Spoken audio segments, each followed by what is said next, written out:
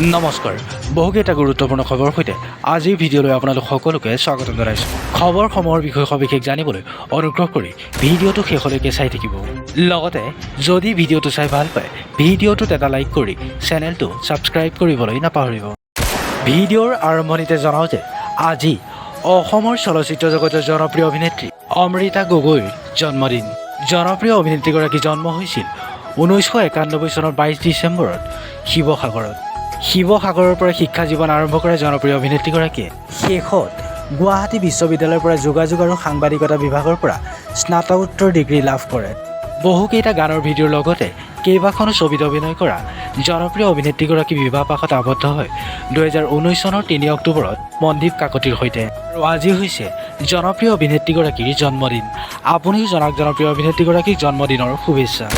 অসমৰ জনপ্ৰিয় ইউটিউবাৰ ডিম্পুবৰুৱাৰ এটা বিশেষ ভিডিঅ' ছ'চিয়েল মিডিয়াত ভাইৰেল হৈ পৰিছে আৰু সেই ভাইৰেল ভিডিঅ'টোত দেখুওৱা হৈছে ডিম্পুবৰুৱাৰ পত্নী আৰু তেখেতৰ সপোনৰ ঘৰখন সঁচাকৈ বাৰু ইউটিউবাৰজনে মনে মনে বিবাহপাশত আবদ্ধ হ'ল নেকি জনাৰ আগতে সেই বিশেষ ভিডিঅ'টো চাই লওঁ আহকচোন হে দোস্ত এখন সপোনৰ দুনিয়াত যাম অলপ সময়ৰ কাৰণে আহিছো পুৰা ধুনীয়া ড্ৰেছ পিন্ধি BMW খন ৰাখিছো তাৰপিছত মোৰ ঘৰত মোৰ ৱাইফ আছে আহক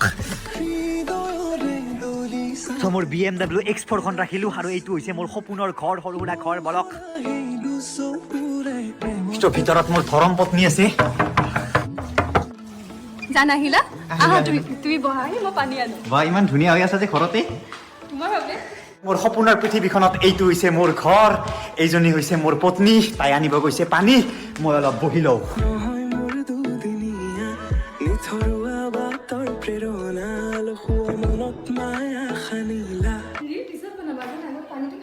ওকে ওকে ওকে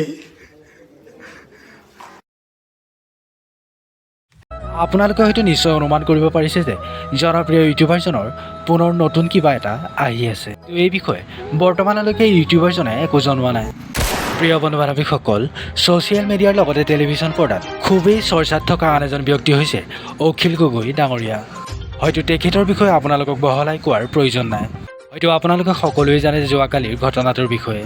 তেখেতৰ মুখৰ বক্তব্যৰ বাবে সদনৰ পৰা বহিষ্কাৰ হৈছিল কিন্তু আজিও ব্যতিক্ৰমী ৰূপত বিধানসভালৈ আহিল akhilgogoi 1 লাখ চাকৰিৰ প্ৰতিশ্ৰুতি 2 বছৰত পূৰ্ণ হ'বনে বুলি লিখা টি-চাৰ্ট পিন্ধি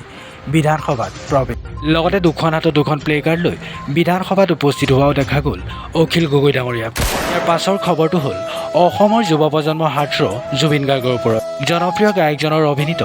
নতুন এখন ছবি আহি আছে ৰাজনীতি লগতে ছবিখনে শুভ মুক্তি লাভ কৰিব 23 ডিচেম্বৰত আৰু সকলোৱে ছবিখন আঁকোৱালি ল'ব বুলি আশা কৰিলোঁ